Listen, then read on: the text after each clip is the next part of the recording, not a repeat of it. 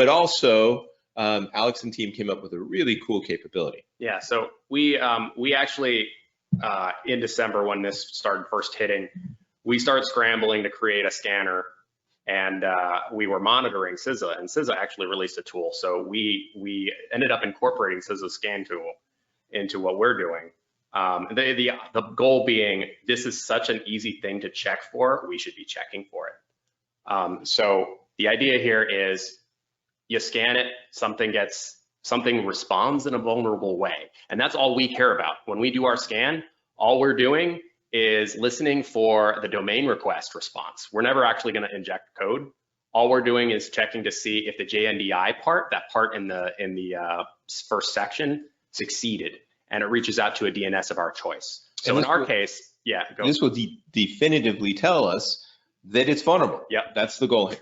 And the idea being, if we see this domain, and this is, by the way, something, this will be a domain that we own, it's going to go out to us and only us, and it will harmlessly ignore it. Yeah, the concern there is if it goes out to any other domain and somebody gains knowledge of that which we don't control, then they might find the list of vulnerable systems from people who are actually trying to figure out their list of vulnerable systems, right?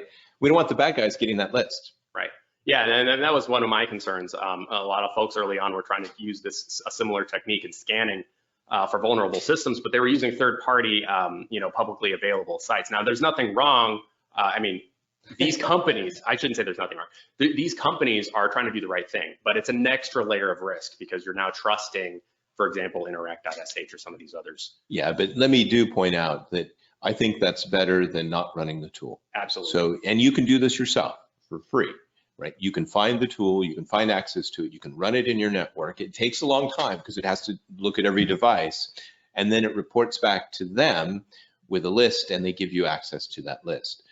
My concern is make sure you do your homework on whom you're getting that free tool from. So I don't want to make any recommendations. Yeah, I'm where the worried DNS requests go. Absolutely. Because we would want to make sure that wherever they go, you're the only one that knows